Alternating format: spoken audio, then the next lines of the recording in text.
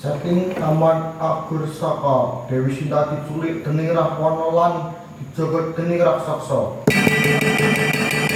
Anemen mlebu taman kanthi meneng-menengan.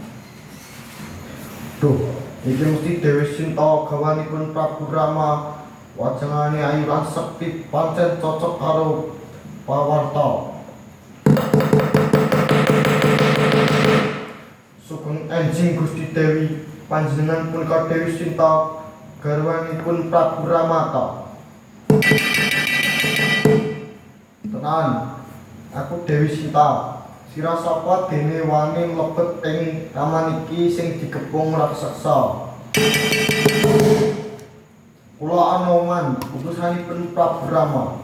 Kula rawuh ing mriki kanthi ndawuh ngupati panjenengan lan maturaken yen Rama tansah prihatin karo kawula panjenengan. Panjenengan dipun timbali supaya sabar lan teman-teman percaya Rama badhe ngluwangi saking batang gelaning Alengka.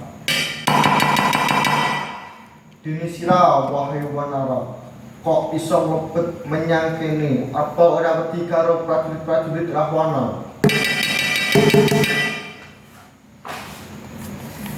Gusti Dewi, kuwanipun punika Anoman, putranipun Batara Bayu. Ora ana satunggalipun raksasa sing saged ngluwihi karsanipun kula.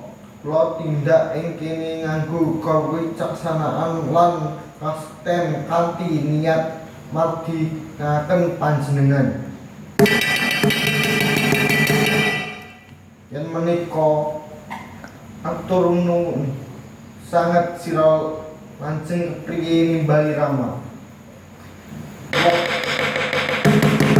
Kula badhe wangsulaken purwa kados menika dhateng Rama. Lan wonten sang guna badhe nedhake sekten kula kanthi ngrusak taman punika niku badhe dados tandha menawi kula sampun nemu panjenengan. Apik wahai Anoman, muga-muga tindakanmu dipun rahmati dening dewa-dewa.